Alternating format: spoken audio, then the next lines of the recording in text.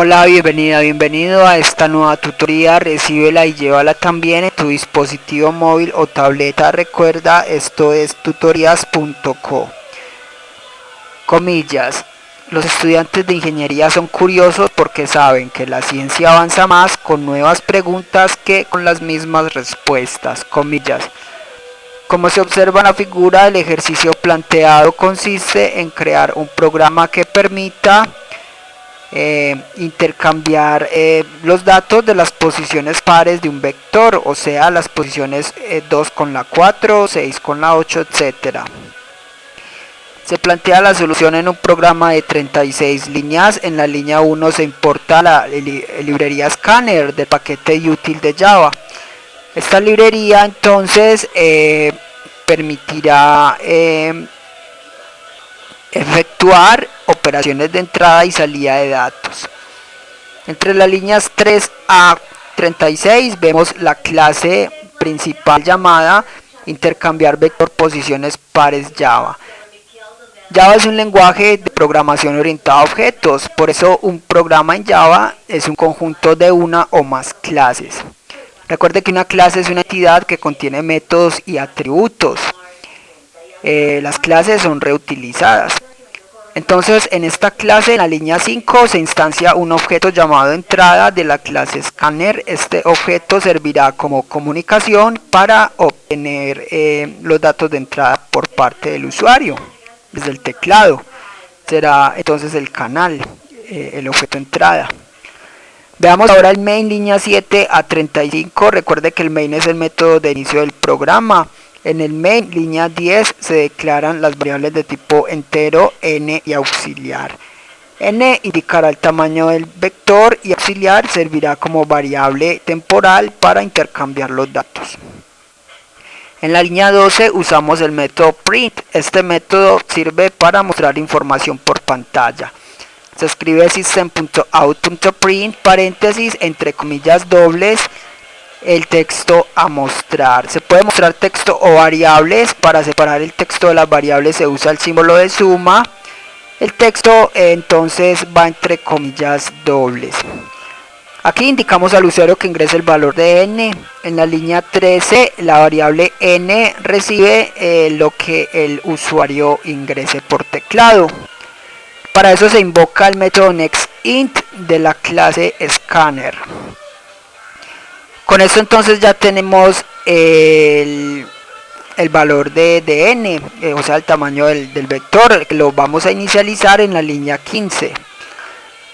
Entonces se declara un vector de tipo entero llamado vec de orden n o de tamaño n. Recuerda que los vectores son estructuras de datos que permiten almacenar información de manera temporal mientras el programa ejecuta. Vamos a llenar este vector con valores aleatorios. Para eso lo recorremos usando un ciclo for, línea 17. Este ciclo, recuerde que son estructuras repetitivas que permiten ejecutar un conjunto de instrucciones repetidamente, aprovechando así la velocidad de procesamiento de datos de un computador. Entonces ciclo for, variable controladora x que va de 0 hasta x menor que n. Entre este ciclo, línea 18, al vector vec en la posición x le asigna un valor aleatorio del 1 al 1000. Con esto entonces ya tenemos el vector inicializado. Vamos a imprimirlo entre las líneas 20 a 21. Observe que se imprime cada dato separado con un tabulador o espacio largo. Ahora vamos a intercambiar los datos de las posiciones pares. Eso lo hacemos recorriendo nuevamente el vector, líneas 23 a 29. En este caso observe que el vector empieza como variable controladora y que empieza desde 1, es decir, la segunda posición del array.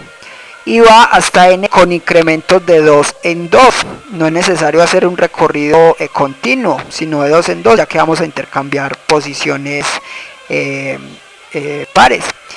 Entonces, para saber si se pueden intercambiar datos, primero usamos una sentencia condicional, líneas 24 a 28.